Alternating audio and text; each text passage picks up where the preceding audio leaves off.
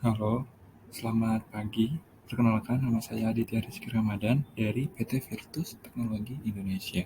Di sini saya akan menjelaskan tentang Linux dan juga cloud. Apa sih Linux dan cloud itu? Ayo kita lanjut. Pertama, Linux. Apa sih Linux itu? Nah, Linux merupakan salah satu operating system atau OS yang menganut sistem Unix menggunakan model pengembangan dan distribusi software secara gratis atau open source. Nah, apa itu open source? Open source adalah source yang ada di dalam OS yang bisa di-share dan didistribusikan secara gratis. Nah, apakah Linux dan juga Unix itu sama? Jawabannya tidak, karena Linux diciptakan oleh seorang mahasiswa, yaitu Linus Torvalds pada tahun 1991. Sedangkan Unix itu diciptakan oleh karyawan AT&T pada tahun 1969. Linux juga memiliki berbagai distribution atau distro, contohnya itu ada Red Hat, Ubuntu, dan juga Android. Selanjutnya, apa sih sistem atau apa sih OS itu atau operating system, dan juga apa sih kernel itu? Nah, operating system adalah sebuah sistem software yang memanage komputer, hardware, software, dan juga aplikasi atau service yang berjalan di dalam komputer. Sedangkan kernel itu merupakan bagian dari OS karena kernel juga merupakan julukan dalam dunia Linux. Kernel juga memiliki fungsi untuk menjembatani komunikasi antara hardware ke software. Nah, contoh-contoh dari operating system yang sering kita temui yaitu ada Windows, kemudian ada Android, kemudian ada Linux, Mac, device Apple, dan juga Cisco. Nah, apa sih kelebihannya dari Linux? Nah, kelebihan dari Linux adalah Linux itu terkenal dalam dunia programmer. Karena tadi yang udah pernah sempat mention, kalau Linux ini adalah OS yang open source. Kemudian juga mudah atau dapat dimodifikasi sesuai juga keinginan para penggunanya. Kemudian aplikasinya yang dapat diakses itu secara gratis. Contohnya Google Chrome dan juga yang lain-lainnya. Jadi, OS ini adalah menjadi surganya oleh para programmer untuk bisa membuat aplikasi atau semacamnya. Nah, kalian tahu nggak sih, kalau Linux itu dapat digunakan tanpa menginstal antivirus sehingga data akan aman dari virus atau malware apapun. Jadi, dengan menggunakan OS ini, kita nggak perlu lagi untuk menginstal antivirus. Nah, jadi data-data yang kita simpan di OS Linux ini kemungkinan besar akan lebih aman. Kemudian Linux merupakan OS yang handal dan tangguh. Jadi Linux ini bisa digunakan bertahun-tahun. Kemudian cara installnya itu mudah, bisa menggunakan USB, CD, atau virtual installation. Kemudian Linux menggunakan hierarchy tree, berbeda dengan Windows. Kalau Windows kita bisa menyebutnya sebagai drive C, drive D. Namun kalau di Linux kita menyebutnya hierarchy tree. Kemudian di dalam Linux penamaan file itu bisa sama. Contohnya buku dan buku, namanya sama, hanya dibedakan dari kapital atau suku katanya atau abjadnya. Itu bisa dibuat menjadi berbeda file kalau di OS Linux. Nah, kemudian kita lanjut, apa sih itu cloud computing? Nah, sebenarnya teman-teman semua di sini pernah nggak sih pakai aplikasi di handphone kalian? Pasti pernah. Nggak mungkin kita membeli device, misalkan handphone itu nggak mungkin nggak ada aplikasinya itu. Nah, kalian sadar nggak sih dari mana aplikasi tersebut? Dan juga coba bedain sama zaman dulu. Kita mau uh, apa namanya install aplikasi, kita harus pakai salah satu hardware kayak CD atau USB dengan di crack dulu seperti itu. Namun di zaman sekarang, di zaman yang lebih canggih, di zaman yang lebih instan, kita bisa menginstal suatu aplikasi, contohnya Instagram atau Twitter atau WhatsApp gitu, kita nggak perlu lagi menggunakan hardware. Kita perlu hanya cloud computing, jadi kita bisa download di mana saja, bisa menggunakannya di mana saja dengan hanya sekali sentuh mungkin. Nah, cloud computing itu adalah sebuah proses pengolahan sistem dari komputasi, baik itu RAM, OS, CPU, dan storage melalui jaringan internet yang menghubungkan antara satu perangkat komputer dengan komputer lain dalam waktu yang sama. Nah, itu gunanya cloud computing. Dan juga cloud computing ini sangat praktis, sehingga user cukup membutuhkan internet untuk bisa mengakses aplikasi tersebut. Di zaman sekarang, orang-orang itu ingin sekali serba instan, serba mudah, gitu kan. Jadi dengan menggunakan cloud computing, kita nggak perlu install manual lagi kayak zaman dulu, dan bisa akses informasinya pakai internet. Jadi lebih mudah untuk mengakses informasi-informasi. Kemudian user-user itu juga kepengen kalau apapun yang mereka gunakan itu praktis gitu.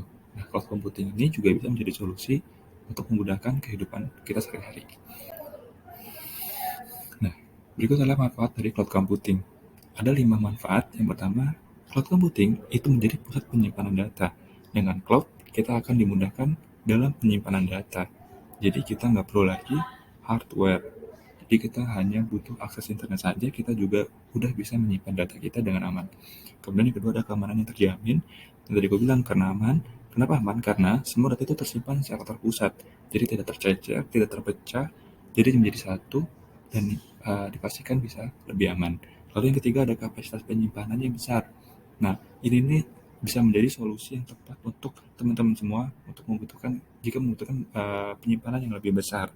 Gitu. Jadi kita nggak perlu bawa-bawa hardware seperti apa namanya memory card dan lain-lain yang cukup besar juga, yang cukup apa namanya sulit untuk dibawa-bawa gitu kan. Jadi kita hanya butuh plat aja dan internet. Hanya butuh internet saja malah. Lalu yang keempat ada mudah dan fleksibel. Dan dengan cloud ini kita akan dimudahkan dalam mengakses data dengan internet. Tadi aku bilang, dengan cloud kita tuh nggak perlu lagi membawa suatu hal dibuat simple, dibuat praktis, hanya butuh internet saja. Lalu yang terakhir ada menghemat biaya hardware. Nah, karena penyimpanan datanya secara virtual, kita nggak perlu, yang aku bilang tadi, kita nggak perlu membawa-bawa hardware, nggak perlu membawa-bawa flash disk dan lain-lainnya, atau hard disk yang lebih besar lagi, kita nggak perlu membawa itu, karena kita cukup internet saja. Selanjutnya, ada 3 jenis layanan dari cloud computing. Yang pertama ada infrastructure as a service. Nah, layanan cloud ini berupa infrastruktur IT yang siap dijalankan. Contohnya itu ada Microsoft Azure, lalu ada Google Compute Engine, dan juga AWS.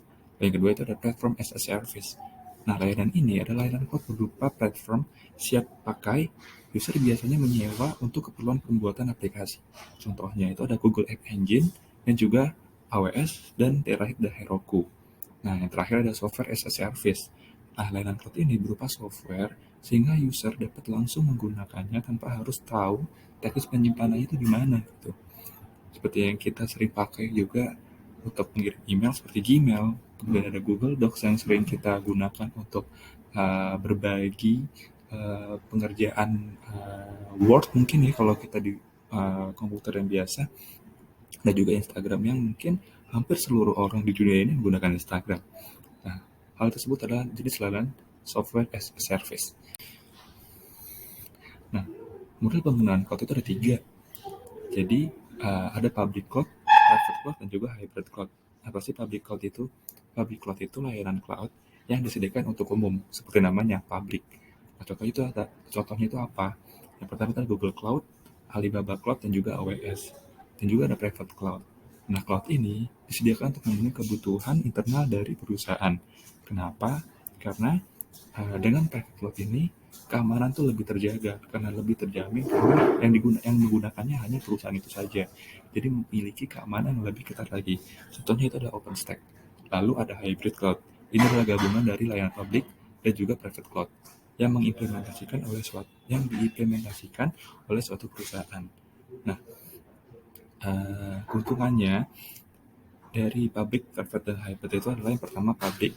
Keuntungannya itu nggak perlu invest untuk ngerawat infrastrukturnya gitu. Dan juga mengurangi biaya operasional, dan juga yang paling mudah adalah pay as you go. Kita hanya perlu membayar dan kita juga langsung bisa menggunakannya dengan instan. Jadi kita nggak perlu maintenance lebih untuk hardware-nya.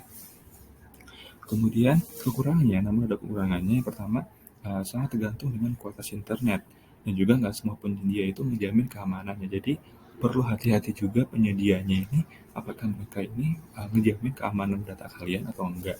Dan juga yang udah bilang, cloud ini bergantung dengan internet. Public itu juga bergantung pada internet. Lalu kalau private, keuntungannya itu keamanannya terjamin karena datanya dikelola sendiri. Itu karena apa?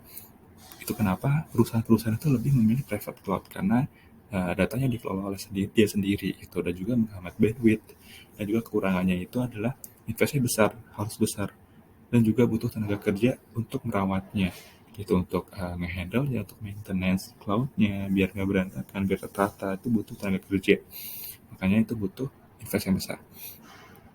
Lalu yang terakhir ada hybrid, keuntungannya itu keamanan datanya itu terjamin, lebih leluasa untuk memilih mana proses bisnis yang ingin dijalankan.